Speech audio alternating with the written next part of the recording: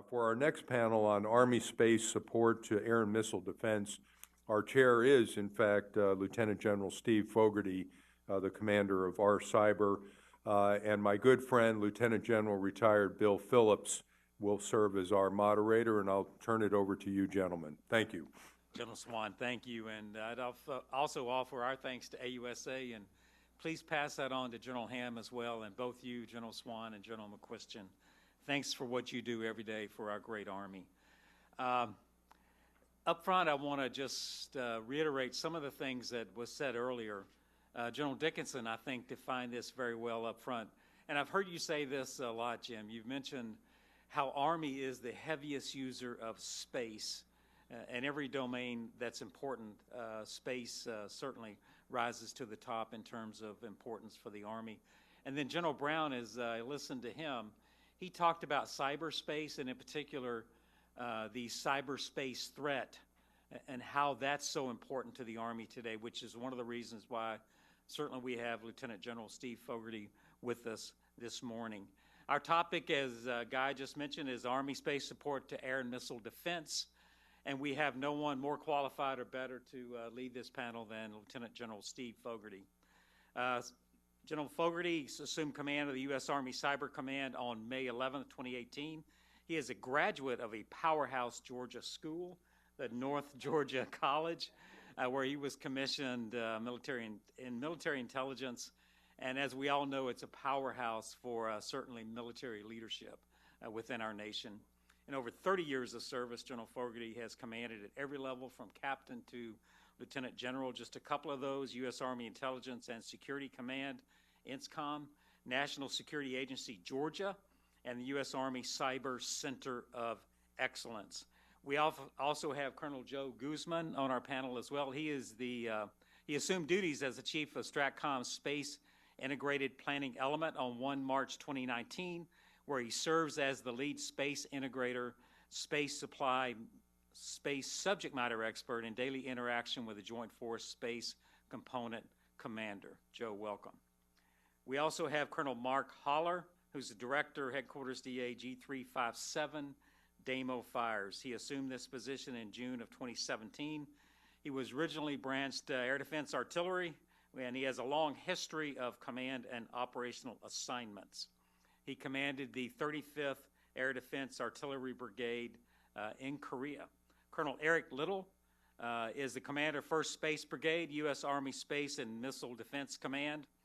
Originally commissioned in aviation, Colonel Little has a host of aviation assignments. In 2007, he became an FA-40 Space Operations Officer and assigned to the 1st Space Battalion. Also, Brigadier General retired Kurt Story is the Colorado Springs Site Manager and Strategic Advisor to the Cybersecurity and Space Group of PeopleTec Incorporated.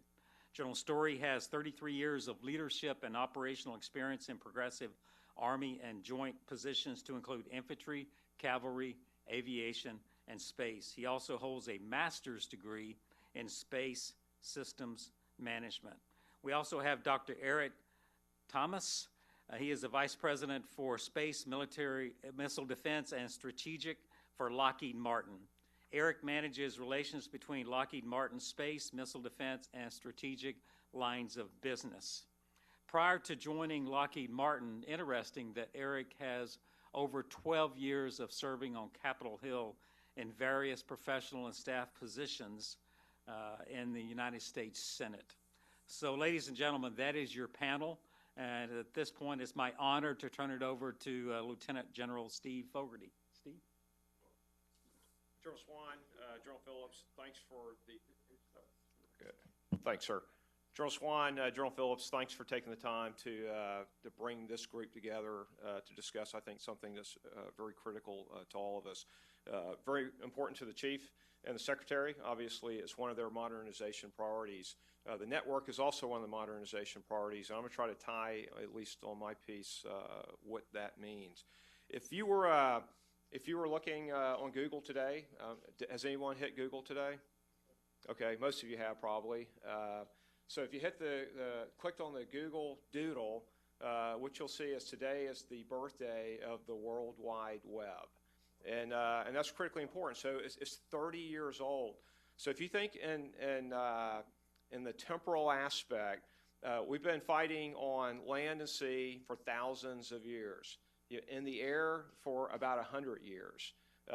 In space, really for about the last 60 years. I wouldn't even say we've been fighting in cyberspace for 30 years. We've really only had the command in operation for about 8 years, from Cybercom all the way down. The intel community did a lot of it. The signal community did a lot of it in that interim period. But really, this is kind of the infancy. And this is one of the challenges for multi-domain operations, is how do we actually coherently knit together this idea of space and cyberspace within the traditional domains. So if you look at it on a normal chart, normally you'll have some type of layer or you'll have some box and it's all nice and neat, but what we find is this space actually, they just collide. And I say collide because we're not at the point where we're able to effectively, efficiently merge all these capabilities. And as I kind of unpack a few thoughts this morning to get us kicked off, I think you'll understand the complexity. It's easy to say, but it's actually very hard to do. I'm an intel guy by training, so I'm going to start with kind of an assessment from the enemy point of view. And this is from the Chinese. So about 2 decades ago, they were looking at operations over about the last 30 years. And they came to the conclusion that the key to fighting and winning modern wars lies in the ability to establish information dominance. And their thought is because of the evolution in human society and economics towards the information age, they expect that most future wars will be local wars under informationalized conditions. Winning such wars depends upon the ability to better exploit information, just as during the industrial age, success in war depended upon the ability to better mobilize the full panoply of national economic resources and industry. The key is establishing information dominance, i.e. the ability to gather, transmit, manage, analyze, and exploit information and prevent an opponent from doing the same. Now, I didn't write that. I want to give full credit to the author, Dean Chang, who's a senior research fellow at the Asian Studies Center. But he went to the source document. So this is what the Chinese are writing. This isn't his interpretation of it. This is what they absolutely state. If we went to the Russians, it would be a very similar story. They clearly understand the importance of information and being able to dominate that space, the information environment. And this is where we also have a collision of ideas, of challenges, and how we pull all this together. Because we talk about domains, we talk about operating environments, and we start to create friction within our systems. And I think that's one of the greatest challenges that I see on a daily basis. Now, my mission is pretty straightforward as the commander of Army Cyber Command. So I am supposed to integrate and conduct cyberspace, electronic warfare, and information operations, ensuring freedom of action for friendly forces in and through the cyber domain and the information environment, while denying the same to the enemies. And we think that's critical. So it's not just the cyber domain that I have responsibilities for. I have to dominate in my domain. I have to support and allow commanders to dominate in all their traditional domains, but I also have to operate seamlessly within that information environment. And so today we're Army Cyber Command. I think within 3 years we'll be Army Information Warfare Operations Command. And that is important because this is not some supporting 2-bit role. This is actually a form of maneuver. And when I combine my capabilities with the capabilities presented by space, then that's when we start to get after the capabilities, the abilities that the Chinese describe. And I think that's what's required. So if you think about what I have to do is with my 3 mission sets, in cyberspace, I have to operate, I have to defend, and I have to be able to attack. In electronic warfare and information operations, And it's the ability to integrate all those in real time with the commanders that I support is where I will make the money that I try to earn every single day. And what I have become absolutely convinced of is I cannot do my job without dominance in space. So that is absolutely critical. If you look at the dependencies I have, communications. Most of you don't realize my responsibility for the regional hub nodes. So think satellite landing sites that are scattered throughout the world that allow our tactical forces. So as the Army is modernizing the network, we've put the majority of our effort on the tactical edge. But what I will tell you is that tactical edge is dependent upon the enterprise. And if my regional hub nodes, they're not modernized, if my transport back in CONUS isn't modernized, if I don't have effective network operations at scale, then that tactical force cannot do what it needs to do. Intelligence collection and social media exploitation. I combine the two for a reason, because I think that is the big idea. We have to stop treating intel data as just the traditional intel collection. It doesn't have to be tasked from a satellite. It doesn't have to be tasked from some spy. When I can plug in the internet, and that causes the intel guys to shudder, but I can plug in the internet and I can enrich what I'm trying to accomplish in real time. We absolutely have to get over that, and that's a critical step as we move forward.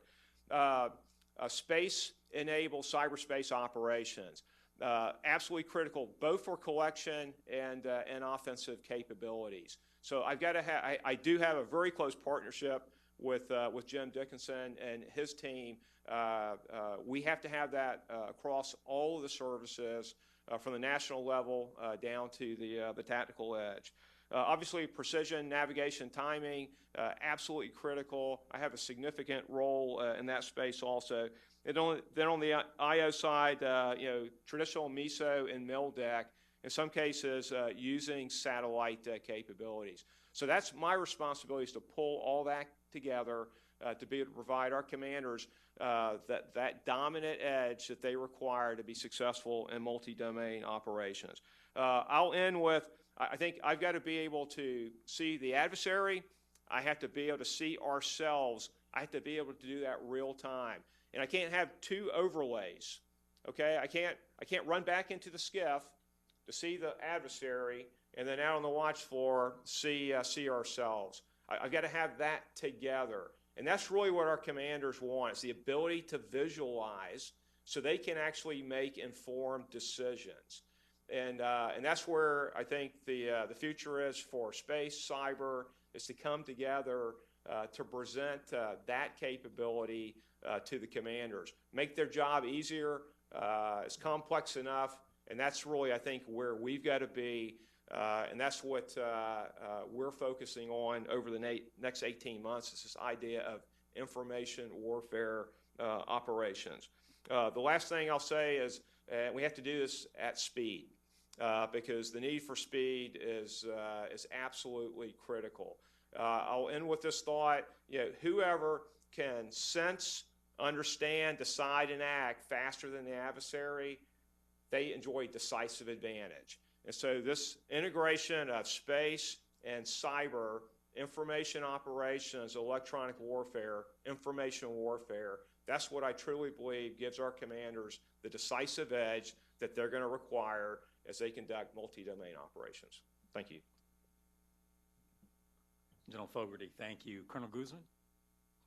Thanks, sir. I appreciate y'all having me out here. And just a quick shout out to my very first battalion commander, who happens to be out in the audience, General Halverson. We go back a long way, and appreciate your mentorship along the way. Also, General Formica, known you for probably about 10 years too. In the space business, and General Dickinson, appreciate you, and General Story, who happens to be on the panel here. Space operations is a small community in the Army, and we all know each other pretty well. So we stick together, and I'm glad to be here on the panel with y'all. Thanks to AUSA for having us. I think it's a huge victory that we're even talking about space. here at an AUSA panel, because it hasn't always been like that, and a lot of times space has been an afterthought. In fact, since I started in the space business back in 2002, I was always trying to convince my leadership to care. And that was my boss, General Hicks, when I was in the Army staff here a couple years ago. He challenged me, make me care. And when I made him care, he made the chief care. And when General Milley cared, things start happening. And so it all goes back to that vision, and really General Milley directing us onto a near-peer threat that we really had to start looking seriously about our vulnerabilities in the space domain as an Army. And so I got that learning underneath my belt on the Army staff, and then I was able to carry that with me as I went out to Omaha and now plug in with the warfighter for space, which is currently General Hyten. And I've had a great opportunity to help spin off a new warfighter, which we don't know who that will be yet, but the Space Command has been directed to stand up by the President. And we've been working really, really hard along with all of our partners in SMDCR Strat and elsewhere, Joint Staff, Army staff, et cetera, to try to make the Army part of that a reality. I'd like to really just quickly bring up, steal the slide. Actually, General Brito put the slide up, I think. If you could show that, the next one. And the next one, the third slide, yeah. If you notice up there at the top, space and cyber, there's no red up there. And that's kind of a common misperception. Especially in the Army, we focus on the ground because that's where our business lies. But one thing about the space and cyber community is we know, and we have been trying to communicate, that there is red space all over us up there. And we rely on that space capability. It's been hit over and over this morning, but we rely heavily on that space capability for our Army systems to work. The bottom line is that there's a battle in space. And we need to be prepared for that as well. That's the reason Space Command was directed to stand up. It's because there's nobody who's paying the attention to that warfighting domain that is warranted by the threat.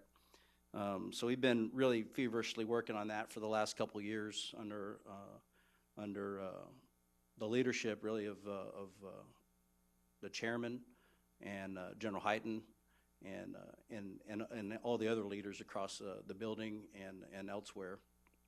General Raymond, my commander, and who's also the commander of the Air Force Space Command, has been instrumental in pointing us in the right direction and giving us that top level guidance. And I'm here to share with you a little bit about what Space Command is going to look like. Of course, it's envisioned to have a joint staff to support the combatant commander. We're also envisioning to have two separate components, so to speak. One would be focused on supporting the theater fight, so aiming all those space capabilities like satellite communications, like ISR support and PNT support, to help the warfighter in theater actually win the fight against a near peer. The other component is going to be focused on that space fight and trying to use our sensors and other capabilities to protect and defend those satellites that provide that critical capability to our warfighters. That's kind of how we envision it setting up. We're going into a major global exercise right now. Actually, it starts tomorrow. And we're going to shake that down and see how it plays out. Another thing that we're working on is an integration piece, global integrated fires and operations. General Hyten's been given the task to shake out what that looks like, and he's going to start out as a global fires coordinator role, and we've got a really outstanding group of joint fires experts there at STRATCOM headquarters that's going to try to bring together the capabilities of other global combatant commands like Cybercom, Special Operations Command, the Space Command future, as well as STRATCOM, to package those capabilities up and actually provide global effects in support of a supported commander. Why is that going to be important? Well, these global capabilities like space and cyber, truly, I can have an effect in theater by actually applying capabilities in, let's say, South America or Africa or in the Indo-PACOM region that actually affect the fight in another region of the world. And we're going to try to bring that together and line it up with the timing and tempo of the supported commander and see what we can't bring to the fight to enable, again, that force projection that the Army is a big part of. The flip side of that is that space and cyber also require the support of the Army. So multi-domain operations works both ways. It's not always space and cyber supporting the ground warfighter. In many ways, the ground warfighter may be called upon to help us secure the space domain so that we can continue to provide those capabilities. And having ground-based capabilities inside the Army is going to be extremely critical to make that happen. And SMDCR Strat, the Army, the Cyber Center of Excellence, the Space School, et cetera, all of the Army is going to be involved in help making that happen. And that's all I have. Thank you. Mark? Thank you very much. Always happy to support these events. Thank you for the invite, sir. I'm going to briefly describe kind of the user perspective of what space capabilities, specifically space sensors, provide to the air and missile defense fight. So I commanded 35th ADA Brigade mid-2015, mid-2017. If you remember, that was during the height of the North Korean provocations. Over 40 launch events during my command tenure by North Korea during that time. And what I would tell you is, in step number one in the battle drill for a launch event was to contact the JTAGs, that's the Joint Tactical Ground Station Detachment at Osan Air Base, and confirm what we thought we were seeing on our data terminals. And we would compare track data and make sure that we had accurate information, which they had the most accurate information with direct information from the satellites, so that we could then inform our senior leaders who could then make early decisions based on the launch event. Later, we brought THAAD to Korea. That did provide the brigade with an organic, kind of a deep-looking sensor, ground-based. It was important, but I will tell you again that it did not replace the value and the criticality of that early warning provided by the space sensors. So that was a huge capability and success for us in Korea.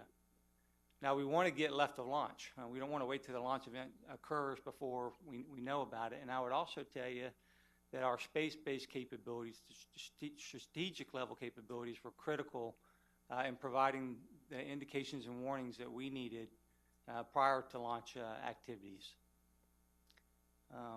We hosted a lot of CODELs in Korea, and on one occasion I had 5 U.S. senators come and visit, and part of my strategic messaging campaign was the requirement for our government to fund and advance our ISR capabilities, because really they're key and critical to the success of the air and missile defense fight. That allows us to get our forces deployed to our defended assets and assume the required alert states in a timely manner. And they were very surprised that the theater level assets, the airborne assets, both manned and unmanned, did not provide 24/7, 365 ISR capability to the theater commander, and that we relied extremely, heavily, more so on our strategic level, space-based sensors than we did our own theater level sensors to fill those gaps. So as we move forward, we look ahead, we're going to face a hypersonics threat. And I will tell you that the space-based capability are going to be key and critical to ID and track those threats. Now, we're going to need a network of both ground or surf sea or ground-based sensors to support that network. But just based on the curvature of the Earth and the flight profiles of that threat, those surface sensors aren't going to be able to get the job done by themselves. They're going to probably, I believe, relegated to more of a fire control type duties for engagement operations, but it's going to be those elevated space-based sensors that are going to provide the ID and the track over the flight path of that threat. So that's going to be key and critical. Also, our adversaries are moving away from the very large signature liquid fuel rocket boosters, and they're moving to solid fuel. Well, that increases the signature and the time that we have to get those indications and warnings. And again, our space-based sensors are going to be key and critical in helping us with those INWs as those times get shorter and shorter. And then lastly, I'll close with that the MDR talks about offensive strike capabilities being part of our missile defense portfolio. So we have the long-range precision fires CFT that's developing these capabilities. But if you talk to Colonel Promotable Rafferty, the director, he'll tell you, well, we're developing the shooters, but we don't have the sensors to sense the targets that we're going to be able to reach out and shoot. And again, it's going to come to the space-based capability that will be required to support that offensive as well as defensive fires, multi-domain operations, air and missile defense. Thank you very much. Mark, thanks. Eric? Well, good morning, and thank you for the opportunity to share my thoughts on Army space support to air and missile defense operations. I'll provide a perspective from my current position as the 1st Space Brigade Commander, as well as a perspective from my last assignment as the Space Lead for U.S. Army Pacific Command under General Brown. So bottom line up front, space is a critical enabler to air and missile defense in multi-domain operations. Without it, effective air and missile defense will be significantly challenged. So I'm going to bring it down a little bit to the operational level. I'll start with a little background on how the Army develops its space leaders. And for those of you who don't know about Army space officers, the Army doesn't grow space expertise with our soldiers as second lieutenants on the officer side or basic training on the enlisted side. We serve in the field in all different Army branches prior to stepping into the role of space. So the Army takes this approach so space leaders are better suited to bridge the gap between ground maneuver and the technical aspects of space. And this directly relates to how Army space provides support to air and missile defense operations. A large number of our space personnel come from the Air Defense Branch. Our commanding general, for example, spent a good portion of his career leading air defenders, as you well know. So this is important because in order to provide effective space support, a solid understanding of what we are providing space support to is essential. So looking closer at what 1st Space Brigade provides, you heard a little bit about it with regard to support, but I'm going to start with an element of the brigade called JTAGs. So JTAGs, like you already heard, leverages overhead persistent infrared sensors, or OPIR, to provide assured theater missile warning. Tying the use of OPIR sensors into multi-domain operations, an important element is having the ability to leverage any sensor to support any unit providing fires or conducting maneuver at any time. So this certainly includes air and missile defense. The JTAGs elements provide theater missile warning. That provide theater missile warning are an integral element to the sensor shooter agnostic element of multi-domain operations that you heard General Brown touch on earlier. Initial early warning of a missile threat more often than not will come from overhead sensors. In a denied, degraded, disrupted space operating environment, which we should expect in a near-peer fight, two unique characteristics of JTAGs make it a critical enabler to that theater fight. First is its forward location in the theater. Second, and most importantly, is for its ability to direct downlink from the various sensors and immediately provide that early warning out to our air and missile defense systems. In addition to missile warning, the brigade provides space support and expertise to divisions, to corps, Marine Expeditionary Forces, and even theater Army space components by way of Army space support teams. If you really break down all of the effects from space that feed into effective air and missile defense, it is very complex.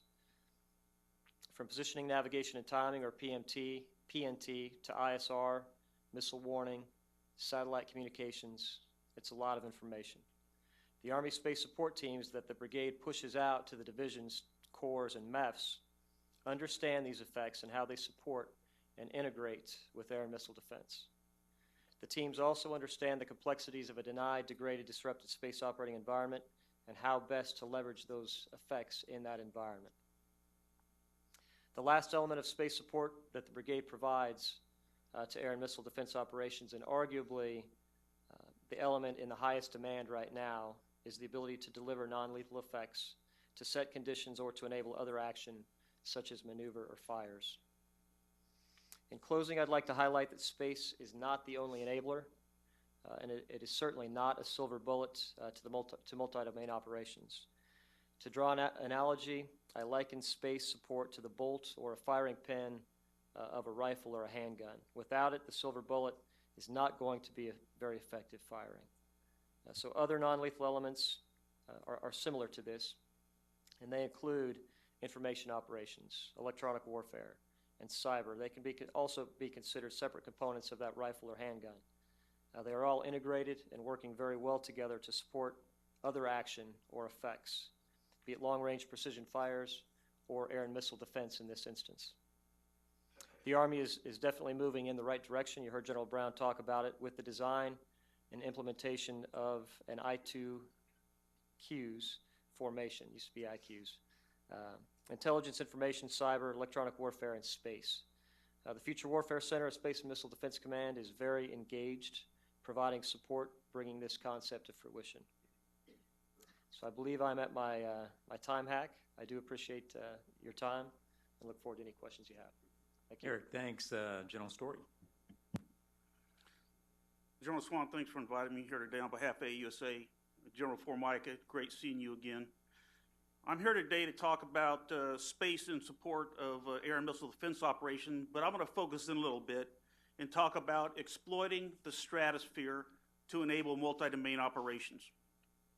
Now, this is high altitude, if you will, and for the purpose of this discussion, high altitude will define it as 60 to 150,000 feet. I didn't start out today at a high altitude. I've got to be frank with you. As a matter of fact, I was low speed and low drag. I woke up feeling well, reached into the closet, took the bag off, pulled out my crisp white shirt that I put in my right arm. Something didn't feel quite right. Put in my left arm. The buttons were this far apart. So I said, something's wrong here. Took it back off and realized that I had taken my 18-year-old son's white shirt from my closet, and he's a 14-inch neck and a 32-inch sleeve. Wrestles at 135 pounds. So I apologize for not wearing a tie today. Most of us have that problem, and it's not our son's shirt. So Lieutenant General Dickinson's in the audience, and I'd be remiss without saying, if you're not aware, he is the proponent for a high altitude.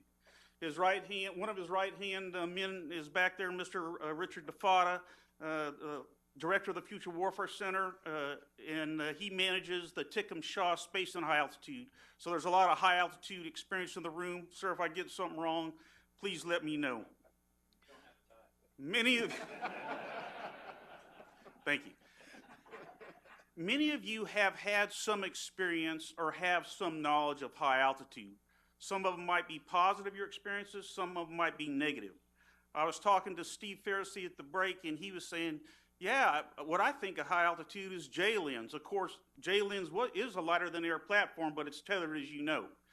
Others of you might be familiar with LIM-V, kind of an oversold capability where a few folks got a little embarrassment in the black eye. Why was that? Well, to be honest, we were pushing something forward that the technology was really not ready to present. And that's one thing we have to be cautious about in the future. So what has changed? Why is high altitude important? What can it do for multi-domain operations?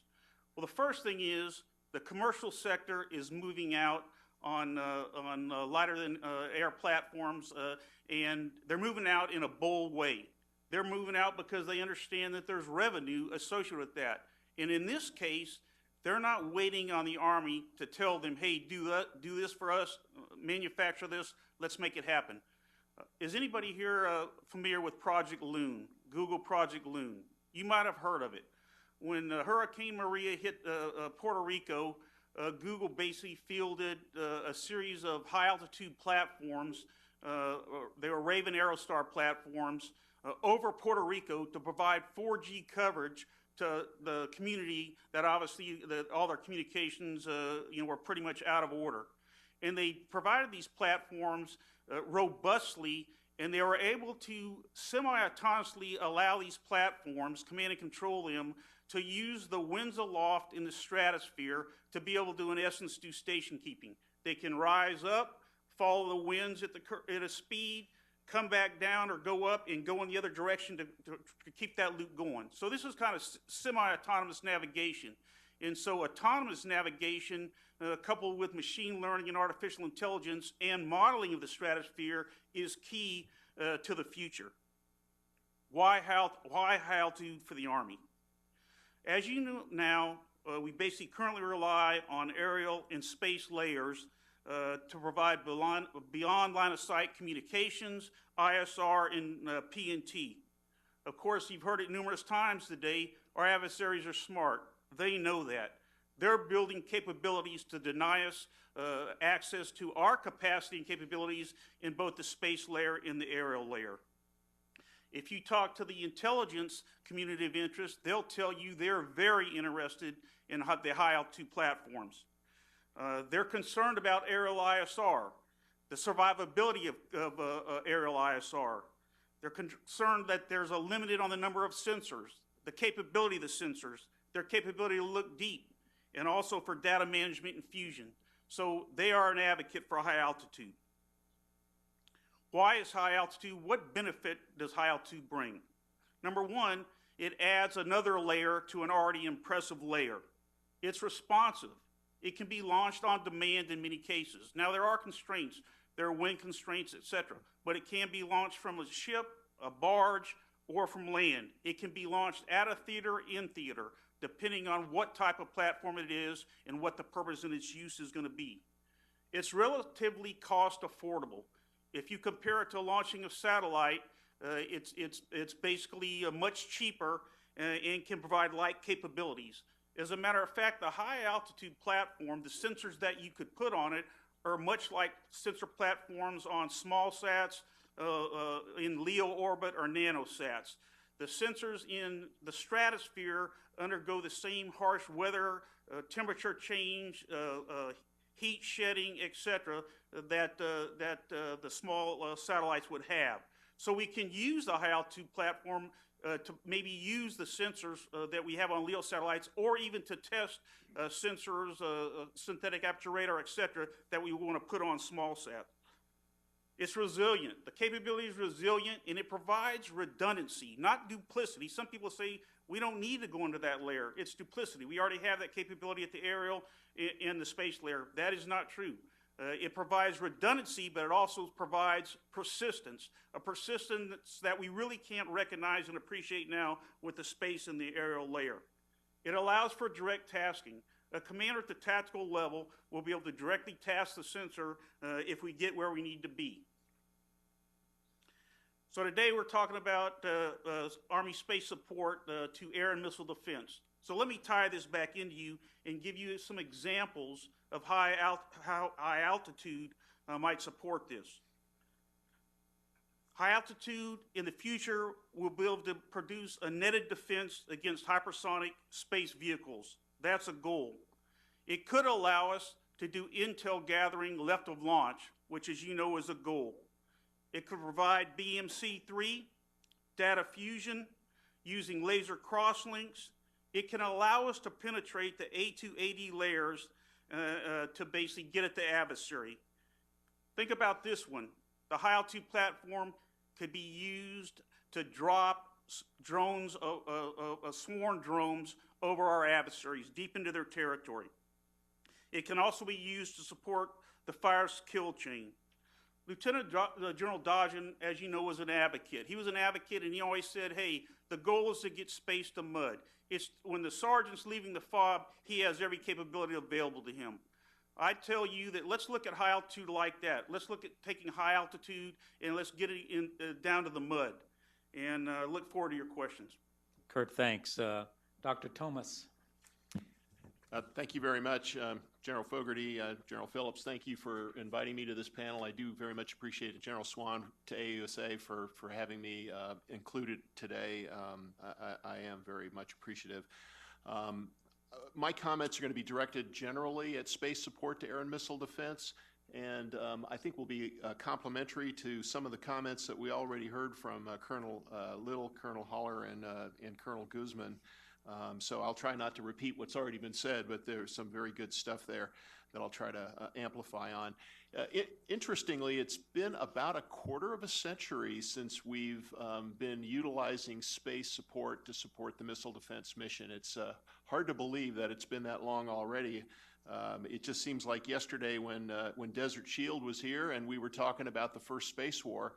But really, it was in 1997 with the deployment of JTAGs, which both Colonel Little and Colonel Holler already mentioned. That was the first time when we saw really widespread utilization of space sensors that had been, up to that point, really only for strategic missile warning, being adapted for theater applications and for missile defense down at the tactical level. And that was a significant breakthrough. Today, of course, JTAGs is operational 24/7, 4 sites around the world. Direct downlink, it was already mentioned, so that allows our existing satellite systems to be providing real-time data down to the warfighter almost instantaneously.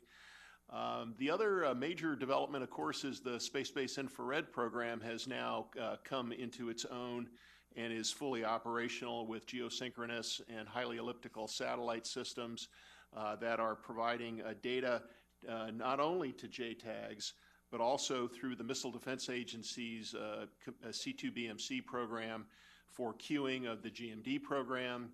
The Aegis weapon system is now employing that, and increasingly it's going to be integrated with fitter assets such as the TIPI-2, and in fact TIPI-2 is already integrated into the C2BMC program.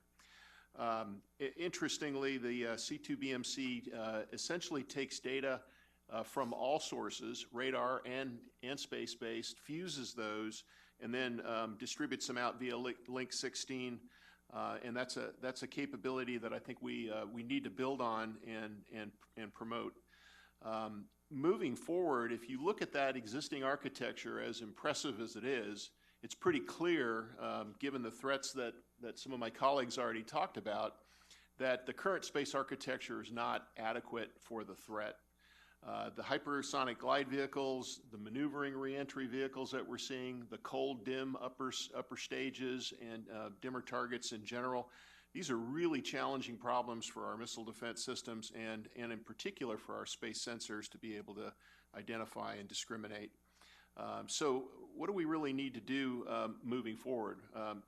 First of all, of course, we need to make sure that we have resilient capabilities. Colonel Guzman mentioned the war in space, and the threat is pretty significant and growing by leaps and bounds. It's quite obvious that our adversaries, as has been noted by many speakers today, have studied our way of war and have figured out that our dependence on space is very significant and that it is an Achilles heel of sorts. So we have really no choice but to make our space systems resilient. We can simply not turn away from space capabilities. We're too dependent on them. So in the OPIR domain, there is a next generation program that's in development right now that will be the follow-on to the SBIRS program. And that program is specifically being designed to be resilient against a growing threat over time.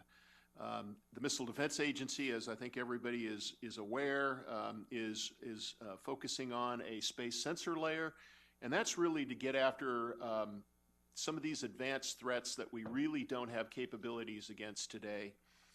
To be able to track hypersonic glide vehicles during their entire flight path, fill in the sensor gaps, if you will, that exist today between ground-based radars and the fact that our current OPIR system is really only able of detecting boost phase.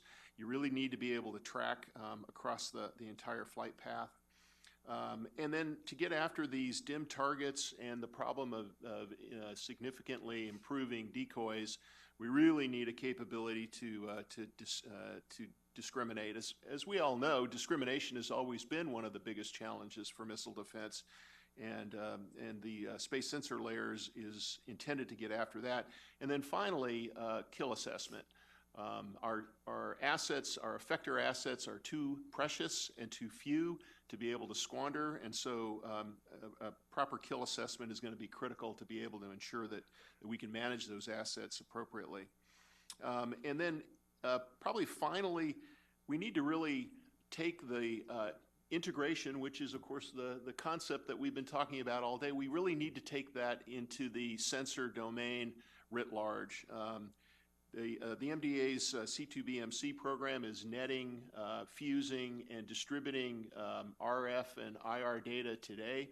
That really needs to be taken to the next level, to where every single sensor is feeding into a fuse network, and that data is being provided at all levels, whether it's a Patriot fire unit or a THAAD fire unit or an Aegis a BMD unit or a GMD unit.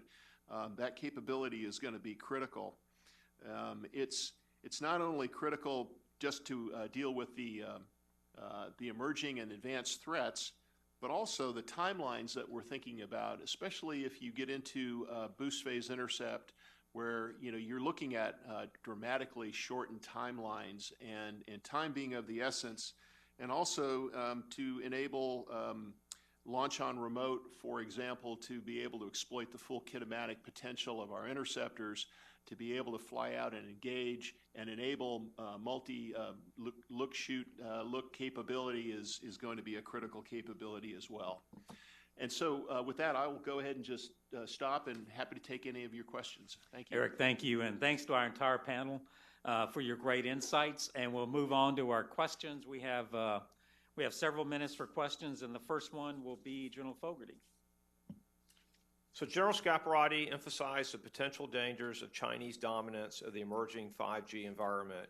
What does this mean for AMD C2 systems and other capabilities for U.S. and allied forces? So it's not just 5G, it's actually the threat is PRC dominance of the telecommunications infrastructure or backbone globally. And so that provides a significant, really unprecedented access for PRC intelligence collection, and then attack positions for effects operations. I'm going to go back to Dean Chang, and he says it probably best, is their intent is to secure space dominance through the comprehensive application of various types of tactics and forces in a variety of ways, including interference, obstruction, disruption, and destruction of enemy space-related systems, including terrestrial facilities and data links. The objective is both to prevent the enemy from operating their space systems for as much of the course of the conflict as possible, while also ensuring that one's own space systems can operate effectively. So if they dominate the telecommunications backbones, that infrastructure, this gives them a significant edge in being able to achieve their goals. Any other panel members want to comment? I'll jump on it. Okay. So, one of the Achilles heels for the AMD forces is our data link. We've got to share information across sensors. We often have to do this over great distances, and terrain is also a factor many times. So we have really, for the Patriot Force, we really have two means right now, and that's through UHF, which through organic assets, part of the formation, or we do it over IP. And that IP is typically over a civilian-type backbone. We don't always have the secure landlines to pass that data. So it highlights a critical requirement, future requirement or need is really a what I believe would be ideal would be a secure satellite-based ability to pass our our target data, our data link information for sharing what our sensors are seeing and for engagement operations. So we believe if we get in that great power competition, those vulnerabilities like civilian backbone over IP will be the first thing that we'll lose, and we'll be fighting autonomous, which we don't want to do. We'll lose all integration and interoperability if we do that. That's how I would answer that. Thanks. Next question. In general, we all agree that multi-domain integration is a goal. However, the practicality of achieving that goal meets resistance. Can you speak to the challenge in the staff-to-staff or component-to-component integration required to align cyberspace, air, land, maritime, and special operations forces orders that enables maneuver forces to accomplish their mission? From Colonel Dennis Willey. I'll go ahead and start with that. So certainly some challenges with the integration, but I would tell you, I think that we've seen the integration happening in the CENTCOM theater, much lower scale of conflict than what we're anticipating in the future. But you've seen the integration of intel, cyber, space, with delivering non-lethal effects. That said, I think we've got a long way to go.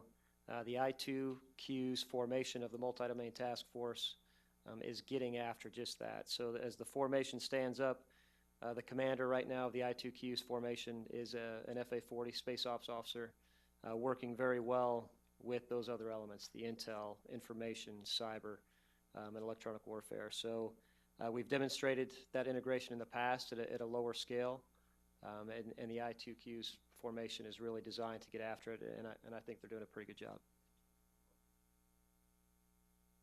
Anyone else want to comment? I'd like to. Thanks, Dennis, for the question. It's really, really complex, obviously, but I'm going to break it down using some old field artillery skills.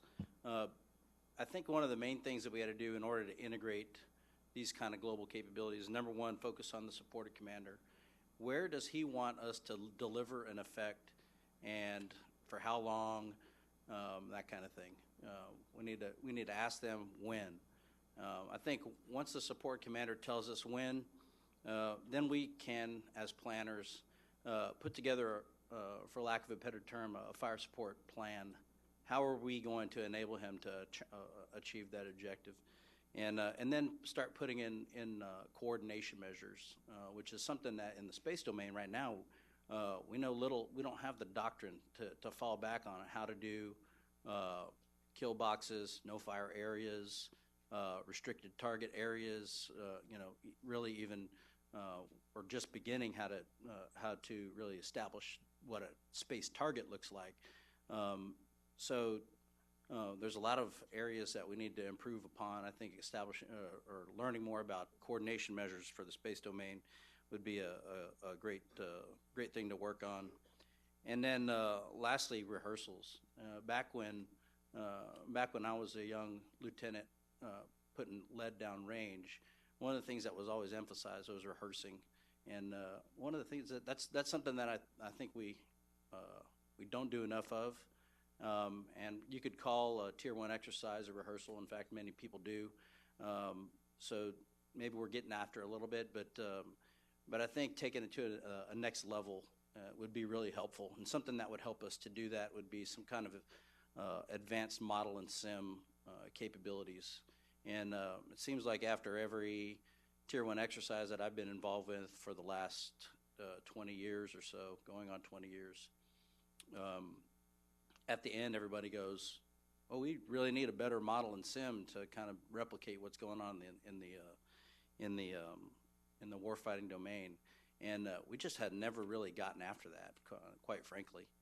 So I think that would be something that we could get after. Okay, next question, and I'm just wondering who's going to jump on this grenade. But first question: the far side of the moon. Any thoughts on using the moon as a platform? Who wants to jump on that?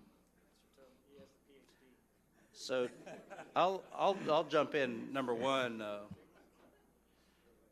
Number one, I think establishing a military capability on a celestial object that would actually be in violation of the Outer Space Treaty of 1967. So there's international treaty that actually deals with that. So if the Chinese are in fact putting a military base on the moon, I'm sure they wouldn't admit it, number one.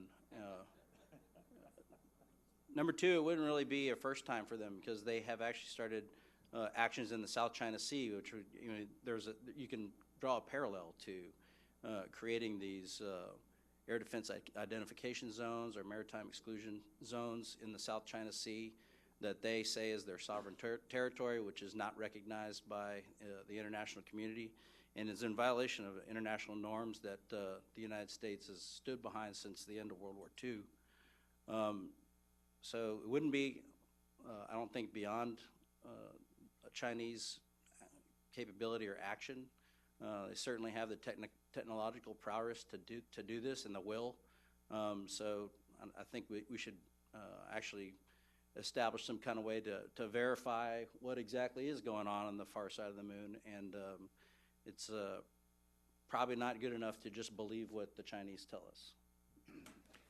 Joe, that was a great answer. I might just jump in there just for a quick moment, which is, unlike U.S. NASA kind of military relations, in China there really is no distinction between civil space and military space, and I'd say the same is probably essentially correct with the Russians as well. So in the U.S. we have this very bright line between our civil space program and our military space program, but to Colonel Guzman's point, our presence on the moon is probably an important thing just to be sure we know what's going on there, because in the future, if we don't go, we'll be the only ones not there. Great response. We're about 3 minutes till closing, so if I would, all our panel members, please take about 30 seconds, no more than 30 seconds, to provide your final closing remarks. Eric. We have two Erics. Dr. Thoemmes. I think just to reiterate what I said before, it's urgent that we not only continue to develop our space sensor capabilities, but that we increasingly focus on their resilience as well. Because to the extent that we have vulnerabilities in those capabilities, they are then just magnified throughout our entire warfighting capability. So we really need to focus on both capability, obviously affordability, and really resilience as well. Eric, thank you. Kurt? To ensure successful multi-domain operations in the 2025 to 2040 OE, the Army must provide an improved layered infrastructure, a multi-layered infrastructure. High-altitude platforms can be an integral part of this multi-layered infrastructure. Capabilities in depth, if you will. High altitude creates a competitive advantage in MDO by providing resilient, beyond line of sight capabilities in D3 SOE and A2 AD environments. It provides assets to the commander they can directly task, and it creates a targeting dilemma for the adversary, a cost benefit, if you will. Thanks, Kurt. Colonel Little. So I'll close by saying it's an exciting time to be in the space industry. Certainly a lot of growth going on right now. And I would say that the growth is directly tied to the demand, and that demand is directly related to the increased awareness our senior leaders have of the effects that are coming from space. And back to a comment I said, I likened it to a weapon system or a handgun, that space is just one piece of it. So we talk about integration. All those other non-lethal effects are going to need to work together to establish those periods of dominance in order to be effective on the battlefield. Thank you. Eric, thanks. Colonel Holler. I heard the maxim mud to space, and I would tell you that as we move forward into multi-domain operations, great power competition, those in the mud will need space capabilities more than ever to be able to fight and win. So thank you again for allowing me to participate. Mark, thank you. Colonel Guzman? I think my points boil down to this. Space is a warfighting domain. Our adversaries have capabilities that they can use to take away our space advantage. And then multi-domain operations works both ways. It's not all about just supporting a theater fight, but space domain warfighters need the support from terrestrial warfighters in the cyber domain as well. Joe, thanks. And on behalf of the panel, Guy Swan, thanks to you and AUSA and General Ham for everything you do for our great Army, and at the end of the day, for all our soldiers out there that are on point for the greatest nation on earth. Thanks to this extraordinary panel, the A-team that came together. I appreciate your great insights. It's my honor again to turn it over to our leader, Lieutenant General Steve Fogarty, for final comments. Steve? Bill, thanks for your service on this panel, hard on the cats, keeping us on the timeline. General Swan, thanks for AUSA for bringing this team together. I think I'll boil it down to dominance in space.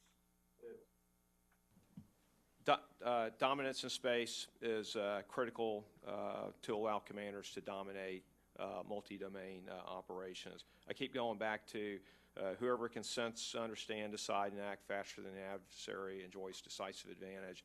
I think space is one of the most critical enablers to ensure our commanders can actually do exactly that, and then that gives them that decisive edge that they require. Sir, thank you. Thanks, Steve. Thank you.